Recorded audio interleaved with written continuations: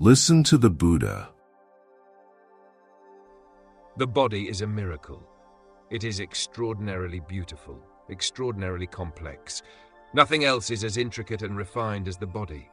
Yet, you know nothing about it. You only look at it through a mirror. You have never looked at it from within. Otherwise, it is a universe in itself. That is what mystics have always said. The body is a microcosm. If you look at it from within, it is so vast. Millions and millions of cells, each alive with its own life, and each cell operates in such an intelligent manner that it seems incredible, inconceivable, unbelievable. You eat food, and the body transforms it into blood, bones, and marrow. You eat food, and the body transforms it into consciousness and thought. Miracles are happening every moment. Each cell operates systematically, orderly, with an internal discipline that seems impossible.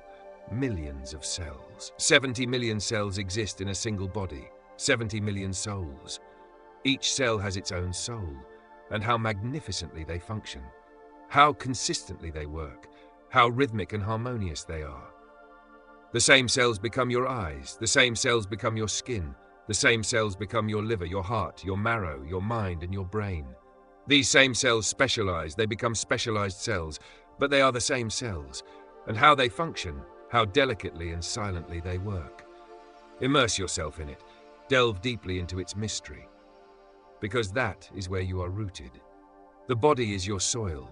You are rooted in the body. Your consciousness is like the tree within the body. Your thoughts are like the fruits. Your meditation is like the flowers. But you are rooted in the body. The body sustains it. The body sustains everything you do. You love, the body supports.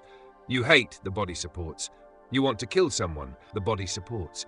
You want to protect someone, the body supports. In compassion, in love, in anger, in hatred, in every way, the body supports you. You are rooted in the body. You are nourished by the body. Even when you begin to realize who you are, the body supports you. It is your friend. It is not your enemy. Listen to its language, decode its language, and slowly, as you enter the book of the body and turn its pages, you will become aware of the entire mystery of life. Condensed, it exists within your body. Magnified millions of times, it is this entire universe. But condensed into a small formula, it is present within your body.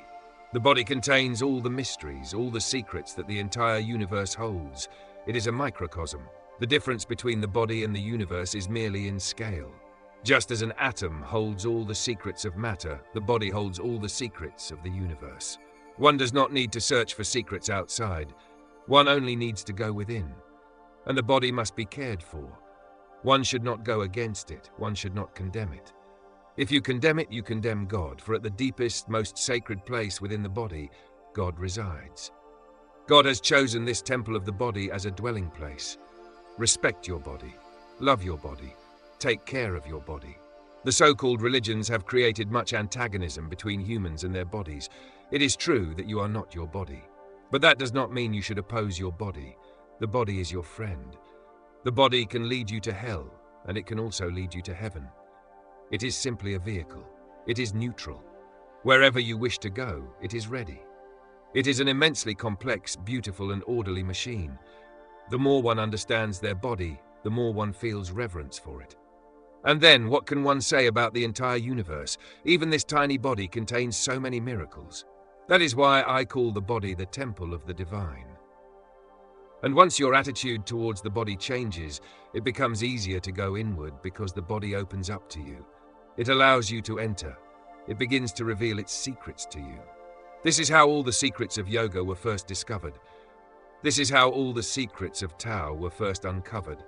Yoga did not arise from the dissection of dead bodies. Modern medicine is based on dead bodies and their dissection.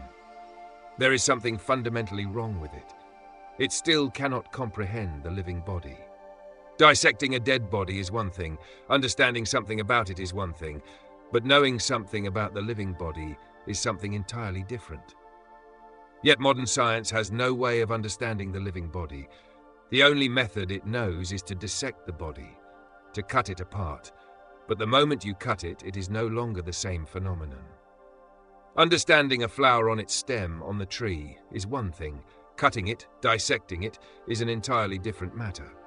It is no longer the same phenomenon. Its quality is different.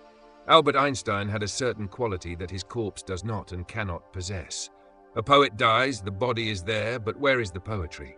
A genius dies, the body is there, but where is the genius? The body of a fool and the body of a genius are the same. You cannot determine through dissection whether the body belonged to a genius or a fool, whether it belonged to a mystic or to someone who was never aware of any mysteries of life. It is impossible because you are merely looking into the house while the inhabitant is no longer there. You are simply studying the cage, but the bird is gone, and studying the cage is not the same as studying the bird. Yet despite this, the body contains the divine within it. The true way is to go within yourself and observe your own body from the innermost core of your being. Then it becomes an immense joy, just to witness its functioning, its operations. It is the greatest miracle that has occurred in the universe. Most problems are of a psychosomatic nature because the body and the mind are not two separate entities. The mind is the inner aspect of the body, while the body is the outer aspect of the mind. So, anything that begins in the body can influence the mind, and vice versa. It can begin in the mind and affect the body. There is no division, no impermeable barrier. Thus, most problems have two sides to them. They can be addressed through the body and through the mind. Until now, this has been the reality of the world. One group believes that all problems originate in the body: the physiologists, the Pavlovians, the behaviorists. They treat the body, and of course, they succeed in 50% of cases. They hope that as science progresses, they will achieve greater success, but they will never succeed beyond 50%. This has nothing to do with the advancement of science. Then there is the other group that believes all problems originate in the mind. This group is just as mistaken as the first. Christian scientists, hypnotists, psychotherapists, they all assume problems stem from the mind. They also succeed in 50% of cases and similarly believe that sooner or later they will achieve higher success. This is nonsense. They cannot succeed beyond 50%. That is the limit. My understanding is that every problem must be addressed simultaneously from both sides. It must be tackled from both entrances, attacked on two fronts. Only then can a person be fully healed. Whenever science becomes perfect, it will work in both ways. The body must be addressed first, because it is the gateway to the mind, the archway. And because the body is tangible, it is easier to work with. The body must first be freed from all accumulated structures, and simultaneously, your mind must be inspired so that it can begin to ascend and shed all the burdens that have been weighing it down. Your mind and body are not two separate things. Always remember this. Don't say physiological processes and mental processes. They are not two. They are merely two aspects of the same whole. Whatever you do physically affects the mind. Whatever you do mentally affects the body. They are not two, they are one. You could say that the body is the solid state of the same energy, and the mind is the liquid state of the same energy, So whatever you do physically, don't think it is merely about the physical. Don't ask how it could possibly bring about a transformation in the mind. If you drink alcohol, what happens to your mind? The alcohol enters the body, not the mind, but what happens to your mind? If you take LSD, it goes into the body, not the mind, but what happens to your mind? Or if you fast, the fasting is performed by the body, but what happens to your mind? Or from the other side, if you think sexual thoughts, what happens to your body? The body is affected immediately. You think in your mind about a sexual object, and the body begins to prepare. When it comes to the body, listen to the body. When it comes to thinking, planning, ideas, dreaming, logic, or reasoning, listen to the mind. When it comes to the wholeness of your being, listen to the heart. There is a theory proposed by William James. In the early part of this century, it seemed quite absurd, but in a certain sense it is correct. He and another scientist named Lang proposed this theory, which is now called the James-Lange theory. Normally we say that you feel fear, and that is why you flee, or you feel anger, and that is why your eyes turn red and you start striking your enemy. But James and Lang suggested the exact opposite. They said that because you flee, you feel fear, and because your eyes turn red and you begin attacking your enemy, you feel anger. It is the reverse. They argued that if this were not the case, There should be at least one example of someone being angry without red eyes, without the body being affected, and simply being angry. Try not allowing the body to be affected and attempt to be angry. You will see that you cannot be angry. In Japan, children are taught a very simple method to control anger. They are told that whenever they feel angry, instead of acting on the anger, they should start taking deep breaths. Try it, and you won't be able to get angry. Why?